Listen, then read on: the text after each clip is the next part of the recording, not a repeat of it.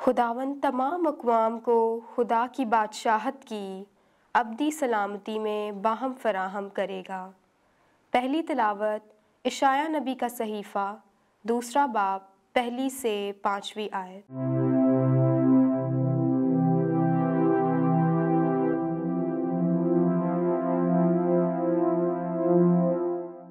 وہ کلمہ جو اشعیاء بن آموس نے یہودا اور یروشلم کی بابت رویا میں پایا۔ آخری دنوں میں ایسا ہوگا کہ خداوند کے گھر کا پہاڑ پہاڑوں کی چوٹیوں پر استوار کیا جائے گا اور پہاڑیوں سے بلند کیا جائے گا، اور تمام امتیں اس کی طرف روانہ ہوں گی، اور بہت سی قومیں آئیں گی اور کہیں گی، آؤ ہم خداوند کے پہاڑ کی طرف، یعنی یعقوب کے خدا کے گھر کی طرف چڑھیں، اور وہ اپنی راہیں ہم کو سکھائے گا، تو ہم اس کے راستوں میں چلیں گے، کیونکہ صیون سے شریعت اور یروشلم سے خداوند کا کلمہ صادر ہوگا۔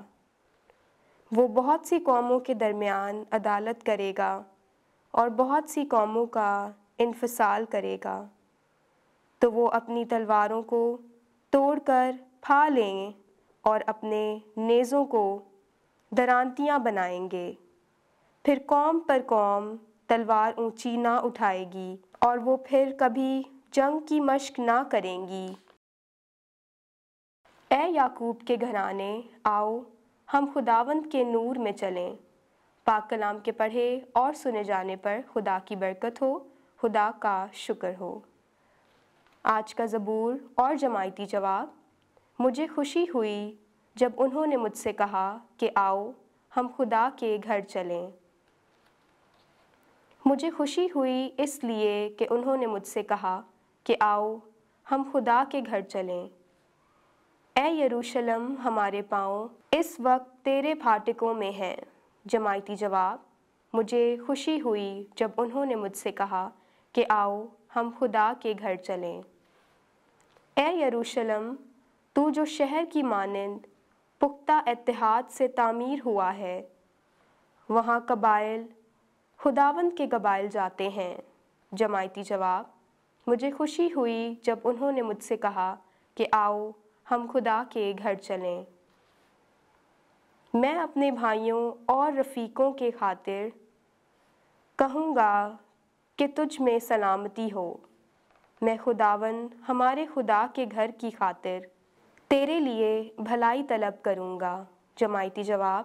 مجھے خوشی ہوئی جب انہوں نے مجھ سے کہا کہ آؤ ہم خدا کے گھر چلیں۔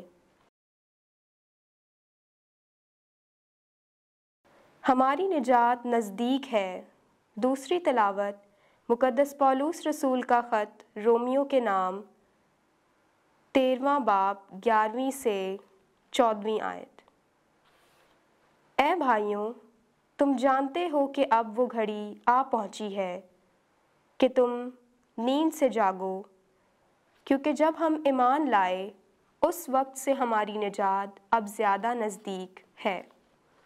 رات گزر گئی ہے اور دن نکلنے کے قریب ہے، پس ہم اندھیرے کے کاموں کو ترک کر دیں اور روشنی کے ہتھیار باندھ لیں، اور جیسا دن کو دستور ہے درست چلن سے چلیں، نہ کہ اوباشی اور نشہ بازی سے، نہ کہ حرام کاری اور بد پرہیزی سے، نہ کہ جھگڑے اور حسد سے، بلکہ خداوند یسوع مسیح کو پہن لو، اور جسم کی خواہشوں کے لیے تدبیر نہ کرو۔